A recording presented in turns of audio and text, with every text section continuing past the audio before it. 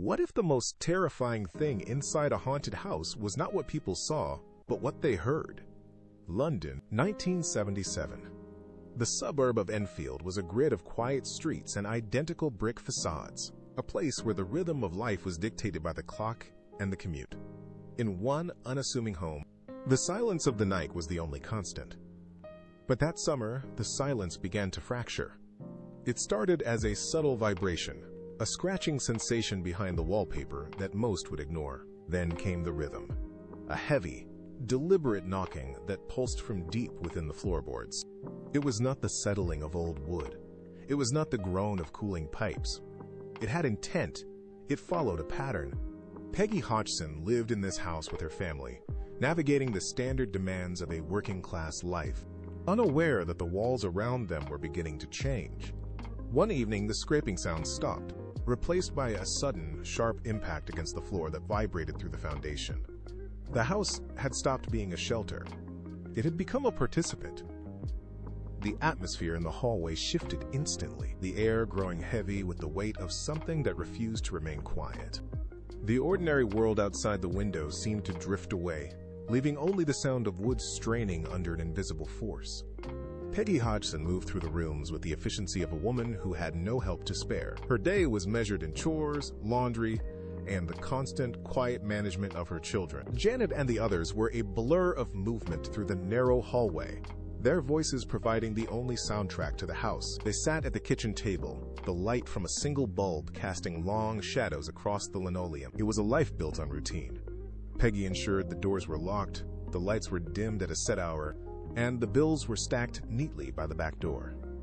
She looked at her children and saw only the need for stability, a sanctuary she worked tirelessly to maintain. She did not know that the structure they relied upon was already compromised. The home held their history and their future, yet it had become a thin shell against something gathering strength.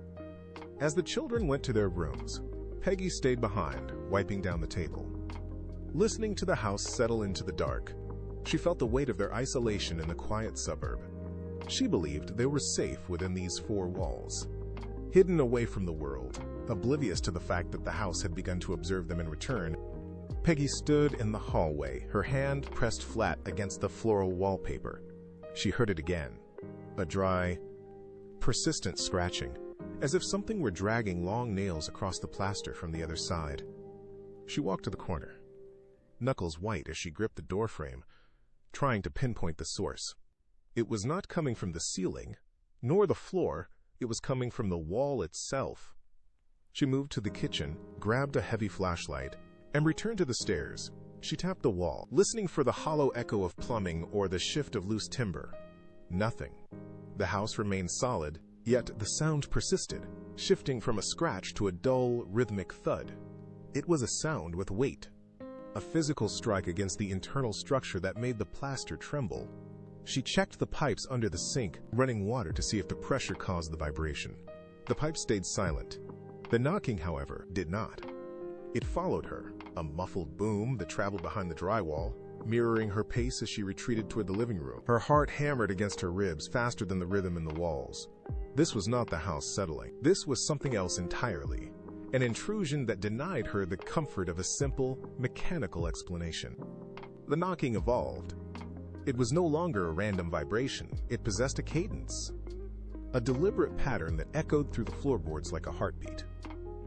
Peggy stood in the center of the living room. Janet and the others huddled behind her, their eyes wide as the rhythm intensified. It was not a mechanical sound. It was precise, insistent, and directed. Peggy took a step forward, her voice tight but audible. "Stop it," she commanded, her words hanging in the stagnant air. The response was immediate. 3 sharp, distinct raps struck the wood beneath her feet. Silence followed, heavy and suffocating. Janet, trembling, whispered, "Who are you?" The house did not hesitate.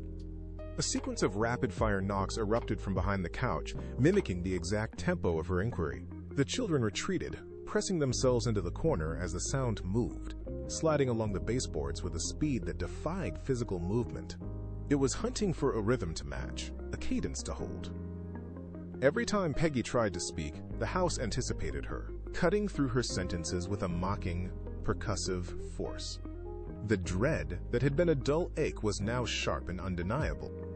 This was not a haunting of echoes, it was an interrogation. Something was listening, something was calculating, and for the first time, they realized they were no longer the only ones living within these walls. The sound stopped, replaced by a low, grinding groan that vibrated through the foundation. In the living room, the heavy chest of drawers shuddered. Peggy lunged for the children, pulling them back as the wood groaned against the floorboards. It did not tip. It glided. The furniture moved with a sickening, fluid grace, sliding 6 feet across the room before slamming into the far wall with a force that cracked the plaster. Dust rained down from the ceiling.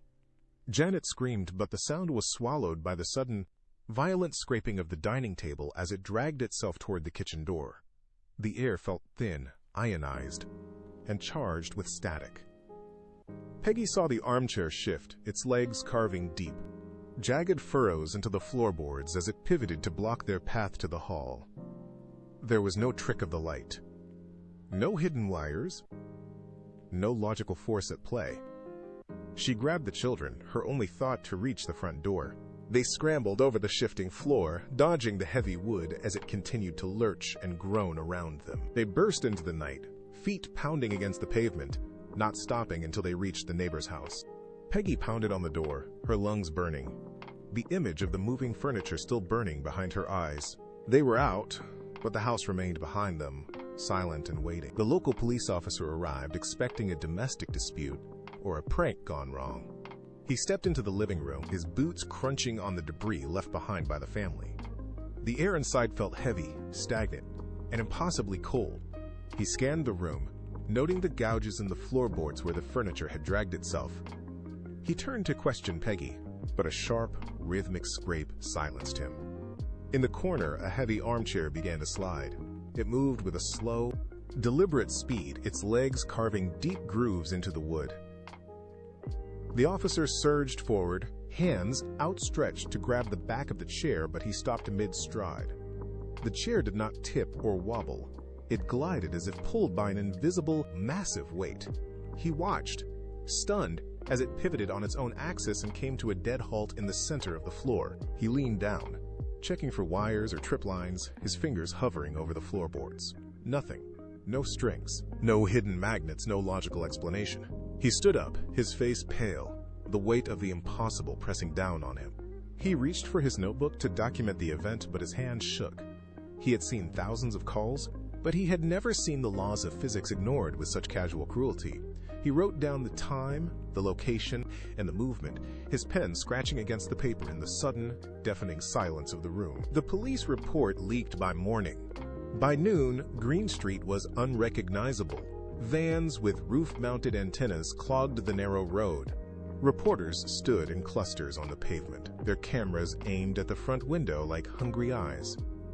The quiet suburb had vanished, replaced by the relentless hum of generators and the sharp, rhythmic snap of flashbulbs. Investigators arrived in waves, carrying heavy cases of gear and notebooks. They pushed past the neighbors, ignored the family's pleas for space, and squeezed into the small living room. The home, once a private sanctuary, was now a laboratory of morbid curiosity. Strangers paced the hallway, tapping on walls and measuring the distance between floorboards with clinical detachment. Every creak of the house was met with a chorus of shutter clicks. The family retreated to the kitchen, huddled together while the world dissected their trauma in real time. Janet watched from the doorway, her hands gripping the doorframe, as a man with a microphone asked the air if anyone was there. He did not ask for the family, he asked for the house. The boundary between their private nightmare and the public spectacle had dissolved entirely. The invasion was absolute. The house was no longer theirs. It belonged to the cameras now. The living room was stripped of its domestic warmth.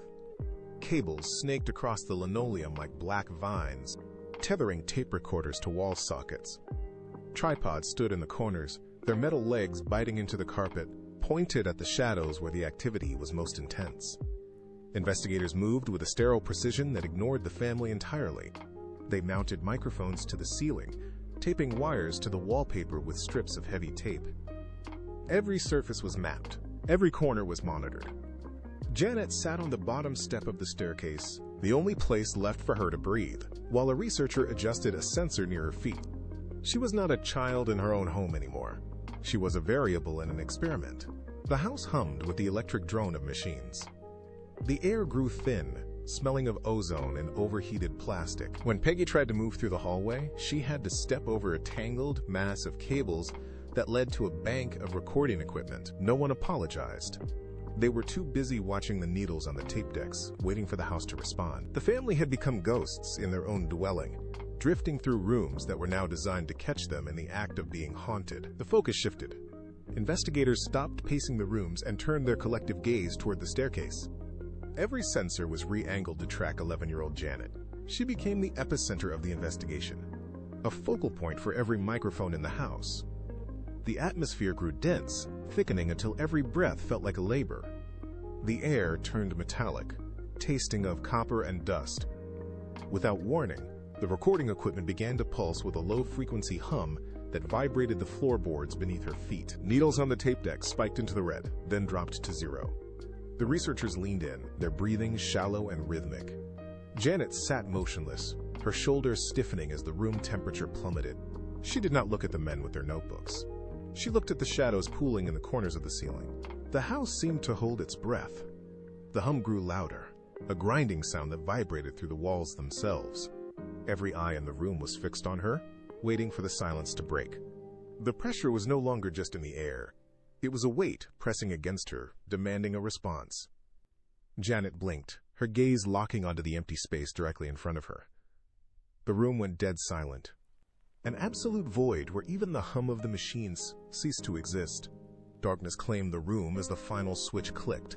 There was no light left, not even the glow of the signal lamps on the recording gear. The investigators remained motionless, their presence betrayed only by the sound of shallow, synchronized breathing.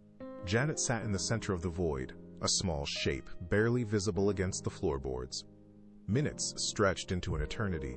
The house did not creak. It did not settle. It waited. Every person in that room became hyper-aware of the space surrounding them. The walls felt closer than they had seconds ago, pressing inward as if the structure itself were contracting. There was a profound, unnatural heaviness in the air, a physical pressure that made the skin prickle.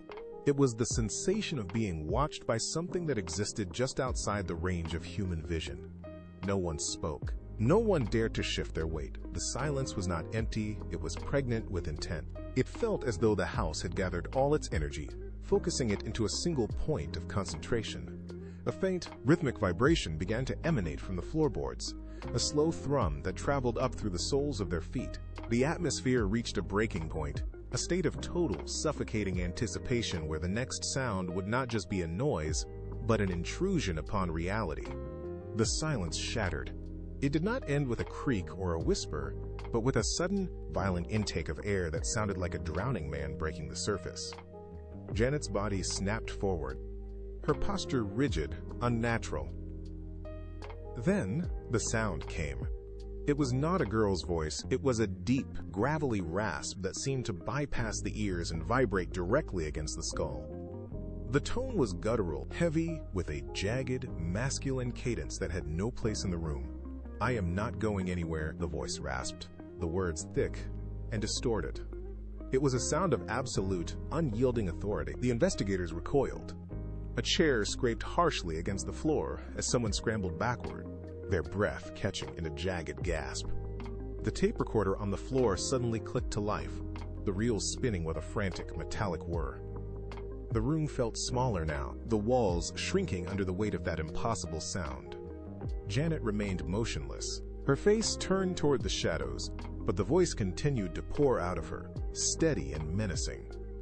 It was a raw, physical violation of the quiet. The men in the room froze, paralyzed by the sheer, undeniable reality of what they were hearing. The house was no longer silent, it was screaming. The voice did not fade, it grew louder, resonant and sharp. "My name is Bill," it growled, the rhythm of the speech disjointed, as if the vocal cords were struggling to articulate the words. "I died in this chair. I went blind, then I had a hemorrhage, and I fell asleep." The words hung in the stale air, cold and definitive. Peggy leaned forward, her hands pressed against her knees, her eyes fixed on Janet. "Who are you?" she asked, her voice barely a tremor. The response was instantaneous. "I am the one who never left." I am buried under the floorboards beneath your feet." The investigators exchanged glances, the weight of the claim settling over them like lead. This was no longer just a series of knocks or shifting furniture. The entity was claiming ownership of the space, mapping a history that existed long before the current family arrived. The voice shifted again, dropping into a lower, more menacing register. "You think this is your home? You are merely guests in a house that keeps its own records." The air in the room seemed to drop in temperature, the boards beneath them vibrating in sync with the gravelly cadence. There was a secret buried here, a history of suffering that the house was now broadcasting to anyone brave enough to listen. The gravelly voice cut out as if a switch had been flipped, leaving the room in a ringing, heavy silence. Then, the atmosphere shifted. The air grew dense, pressurized, making it difficult to draw a full breath. Janet was suddenly hoisted upward, her feet dangling inches above the floorboards before she was propelled backward with violent force. She flew across the room, limbs flailing, and struck the far wall with a sickening thud. The impact sounded like bone hitting solid plaster. She slid down to the floor, motionless. Peggy lunged toward her, but the space between them seemed to ripple, an invisible barrier forcing her to stumble back. Another chair, standing in the corner, flipped over, its legs splintering as it hit the wood. The room was no longer a domestic space. It was a kinetic trap. Janet groaned, her fingers twitching against the floor, but she did not stand. The investigators backed away, pressing themselves into the doorframe, their eyes wide and darting. The house was not just speaking anymore, it was exerting physical dominance. Every object in the room seemed to tremble, caught in a vibration that resonated from the foundation up. They had come to record sounds, but they were now witnessing a total collapse of physical safety. The room erupted. It was no longer a single event, but a barrage of localized violence. From every corner, the house began to scream. A heavy wooden wardrobe shuddered, then tipped, spilling its contents across the floor in a chaotic clatter. Simultaneously, the rhythmic knocking returned, not just from the floor, but from the ceiling and the walls, a deafening drumbeat that made the light bulbs flicker and pop. A glass vase shattered against the mantel, shards skittering across the floor like insects. Above the din, the guttural voice returned, overlapping with a high-pitched, unintelligible wail that seemed to emanate from the very air. The investigators scrambled, covering their ears, their tape recorders spinning uselessly as the magnetic tape began to spool out and tangle in the chaos. A metal lamp launched itself across the room, embedding its base into the plaster. Peggy screamed, clutching her head, as the walls seemed to pulse inward and outward. There was no point of focus. The entire room had become a weapon. Every surface vibrated with a frequency that rattled the teeth. The investigators were pinned by the sheer scale of the noise. They could see nothing clearly, hear nothing distinctly. The house was no longer holding a conversation. It was tearing itself apart to be felt. The noise vanished, leaving behind a silence more suffocating than the screaming had been. Peggy stood in the center of the debris, her chest heaving. She looked at the investigators, who were still frantically checking their equipment, their eyes hungry for more data. She stepped between them and Janet, who sat huddled on the floor. "Enough," Peggy said, her voice thin but sharp. The investigators did not move. They were busy documenting the shattered glass, the gouges in the wall, the evidence. To them, the broken room was a success. To Peggy, it was the destruction of her life. She grabbed a notebook from a researcher's hand and threw it across the room. "You are not here to help. You are here to watch us fall apart." Her hands trembled as she gestured at the wreckage. She realized then that the world outside this house would never believe the truth. They would only dissect the remains. She turned to the researchers, pointing toward the door. "Get out! All of you!" They hesitated, reaching for their cameras, but she slammed the doorframe, her face set in a mask of hard, cold resolve. She would protect what was left, even if the house kept the rest. The house was empty of researchers, but one cassette recorder had been left behind, partially wedged under a heavy cabinet. Its reels continued to spin in the hollow quiet of the living room. When the lead investigator returned to retrieve it, he did not expect to find the tape still running. He pressed play. The first few seconds were nothing but the hum of static and the settling of the floorboards. Then, it happened. A sound emerged that defied the anatomy of a human throat. It was a guttural, wet vibration, like grinding stones mixed with a rhythmic, pulsing wheeze. It lasted for 8 seconds, rising in pitch until it shattered the clarity of the recording. The investigator froze. He had spent years debunking ventriloquism and mechanical tricks, but this was different. The sound carried a weight that made his own chest vibrate in sympathy. He played it again. The room felt suddenly colder, the air thick with the residue of the noise. He looked at the shadows, then at the recorder, his hands beginning to shake. It was not a performance, it was not a hoax, it was a frequency that simply should not exist. He stood in the center of the room, listening to the playback, realizing that the house had finally provided the one piece of evidence that no amount of logic could dismantle. The house would not be measured. As the investigators returned, the environment turned hostile. A camera mounted in the corner began to emit a high-pitched whine, its plastic casing softening as if placed near a forge. The air grew dense with static, making the hair on their arms stand up. Suddenly, the wires connecting the wall-mounted sensors ripped from the plaster, dragging chunks of wallpaper down with them. The floorboards buckled upward, snapping with the force of a gunshot. Every light in the room pulsed once, then blew out, showering the floor in glass. The lead investigator scrambled back, his hands shielding his face from the spray of dust and debris. The walls were weeping a thick, dark moisture that smelled of ozone and damp earth. It was no longer a haunting, it was an active, violent rejection. The house was tearing itself apart to keep its secrets buried. Within seconds, the equipment was nothing but twisted scrap metal and frayed copper. The investigators hit the hallway, slamming the heavy front door behind them, but the sound of the locks rattling from the inside followed them out. The house was finished with them, leaving behind a ruined interior that would never be the same again. Decades drifted by, and the once frenetic energy of Green Street faded into the quiet of history. The tape recorder stopped spinning, the cameras were packed away, and the house returned to its mundane existence. Yet, the question of what truly occurred remained tethered to the family.